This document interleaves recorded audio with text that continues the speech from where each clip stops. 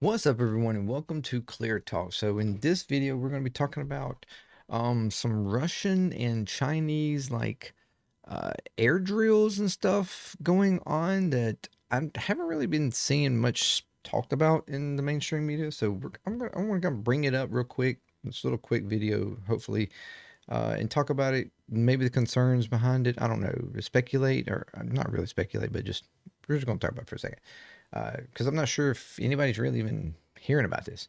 So, but before that, I just want to again thank you for joining me. If you'd like to subscribe, please do like, share, comment, all that good stuff. Check out my other channels: JMD Drummer, JMD Play.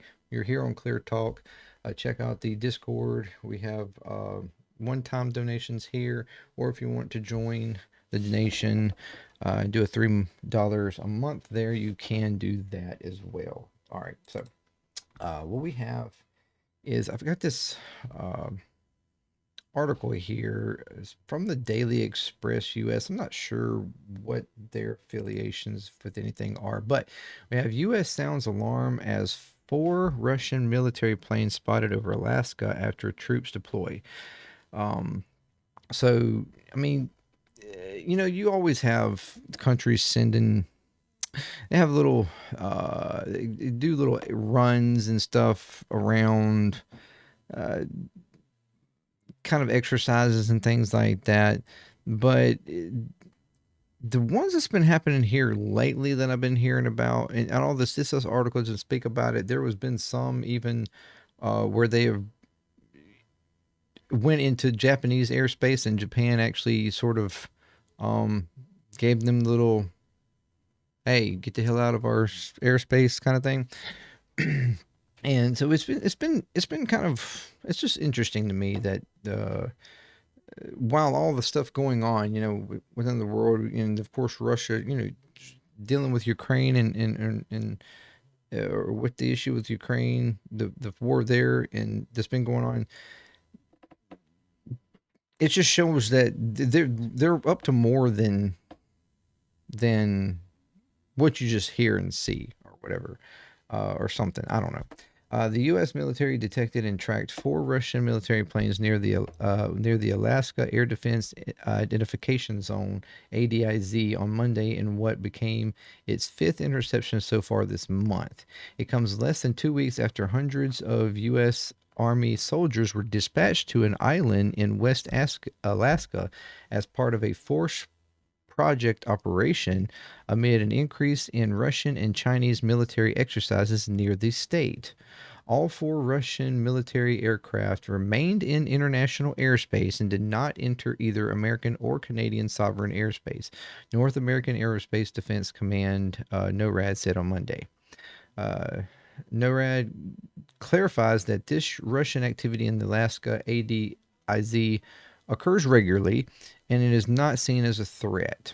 This is the 5th incident in which NORAD has intercepted with Russian military aircraft flying near the airspace over the coast of Alaska so far in September.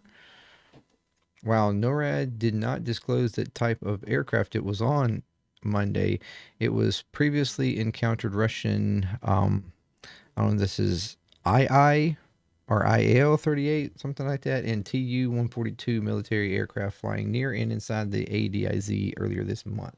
Russian military planes often fly through the ADIZ or a stretch of international space off the coast of Alaska that requires the ready identification of all aircraft in the interest of national security.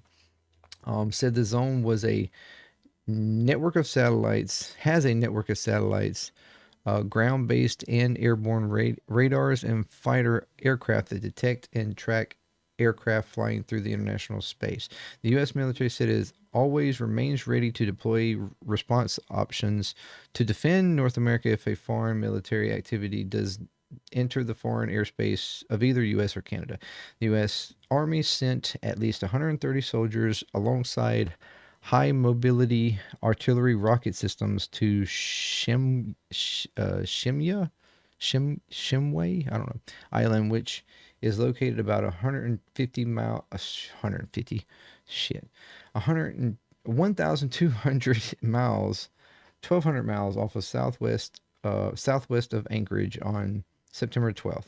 This decision was made after Moscow launched a joint naval and aerial drills known as Ocean 24 with its Chinese counterpart spinning across the Pacific and Arctic Oceans earlier this month, underscoring the closeness between their militaries. Now, this on its surface doesn't seem like a big deal. They said that they didn't cross into sovereign territories or anything like this, and this is usually looked at as a regular thing, like they normally do this. But I think the issue is this is in lieu of just a few days ago, or later last week, there were Russian planes that actually did enter into Japan's sovereign airspace. And as a matter of fact, they entered in, I think, 3 to 5 times, somewhere, or after the third time. And Japan apparently warning them each time or whatever, and allowing them, hey, you're going in our space, back out. You're not supposed to be in this space.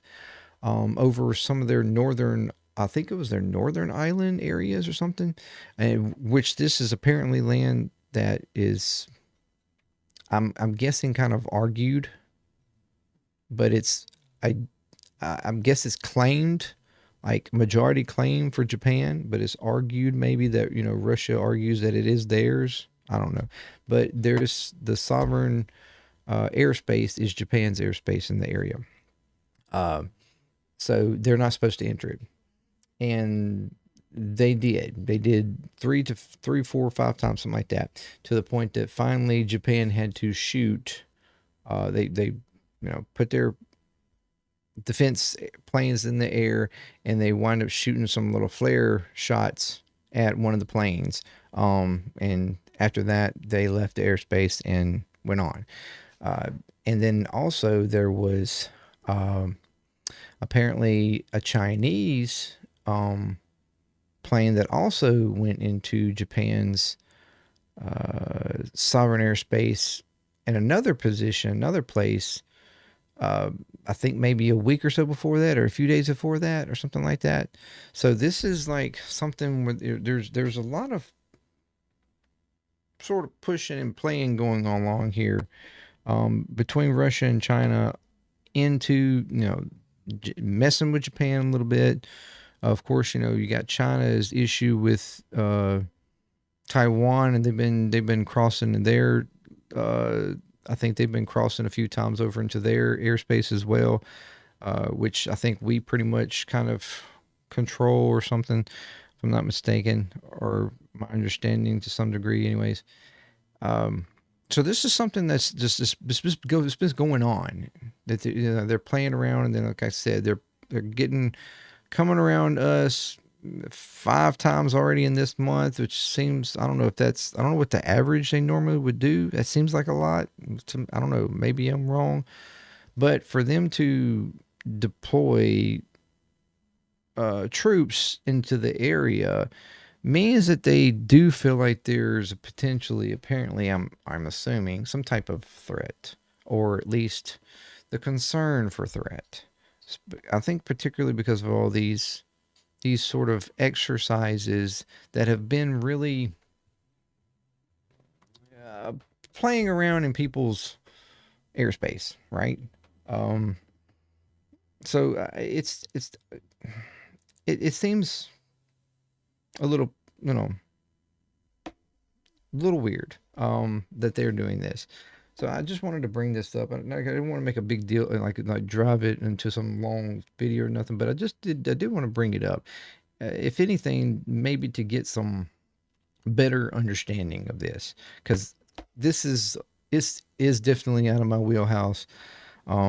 Understanding the practices of these types of, like, international airspace, aerial routines and stuff, or whatever, exercises and things. I mean, you hear about them all the time, but like, what's the average that this happens? Like, the interception being the fifth one this month, things like that. If there's anybody out there who's a little bit more, has a little bit more knowledge of this, maybe if you're in the military, you understand this, or whatever, or whatever the case.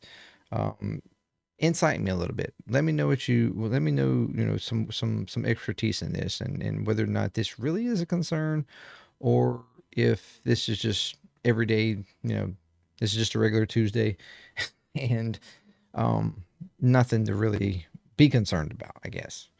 Uh or is there some play going on here that it's at the very least needs to be watched for whatever reason?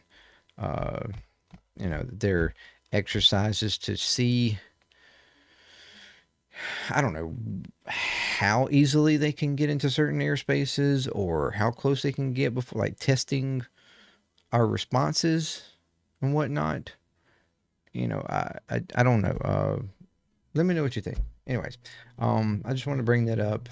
So yeah, again, like I said, somebody out here who has a little bit more knowledge of this or something, let us all know. Let's have a discussion, talk about it, incite us.